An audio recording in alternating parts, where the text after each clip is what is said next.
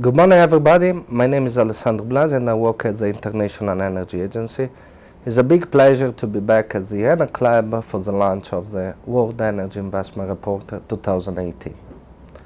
Now, I'm trying to give some of the key findings of this report in the next few minutes, and I would start from emphasizing how in the previous edition of the report we highlighted how the global energy investment declined in 2 years in a row due to collapse of oil and gas spending, and in 2017 once again the global energy investment budget totaled 1.8 trillion, a 2% decline. A second important message that we gave last year was about that the electricity sector overtook the oil and gas one as the main recipient of the global energy investment, and this trend has been confirmed in 2017 again. This underpins the shift towards a greater electrification of our economy, which is something we expect to evolve more in the future. Now, speaking about the power sector, the picture is mixed. On one side, we have renewables still dominating the total spending in power, but at the same time, investment in 2017 declined by 7%. Solar PV had a record year underpinned by growing capacity in China, but some new policy measures implemented in the country as well as announcement in India might actually slow down this trend.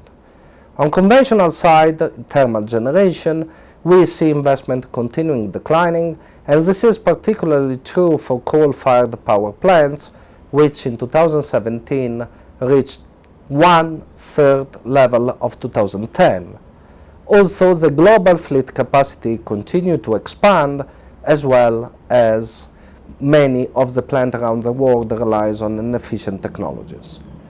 The trend in investment in the electricity sector tells us that much more is needed to have a deep decarbonization of the electricity system. The amount of generation coming from new renewables, solar, wind, is offset by a declining generation from other low-carbon sources as hydro and nuclear. And this, of course, is a worrying trend. Remaining on renewables, something IEA has been advocating since a long time is the need to have renewables expanding outside the power sector in heat and transport, but unfortunately investment remains a very small scale.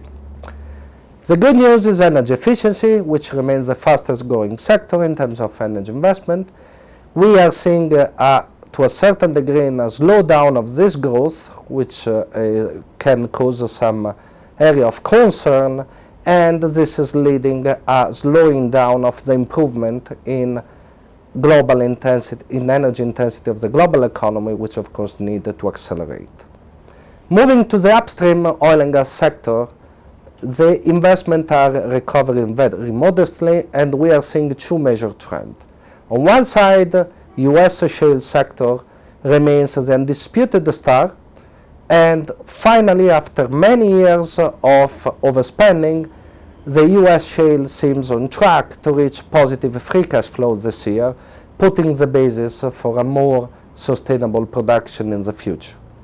But the US shale picture contrasts with the rest happening in the upstream sector, where we are seeing investment in conventional assets responsible for the bulk of production being at a very low level, especially in terms of investment in new capacity, and of course this raises concern on the adequacy of medium-long-term supply. Another element we have looked at is about government role in energy investment. And we are seeing this role is growing very fast, both in terms of direct spending through national oil companies or state-owned enterprise, as well as through the incentive of private-led investment, which relies on decision in terms of policy measures or regulation. Overall, these are some of the major elements in the book, but much more is included, including a trend in technologies, trend in midstream and downstream, in LNG, much more on the financing of the sector. And once again, thank you very much to Energía for hosting the launch.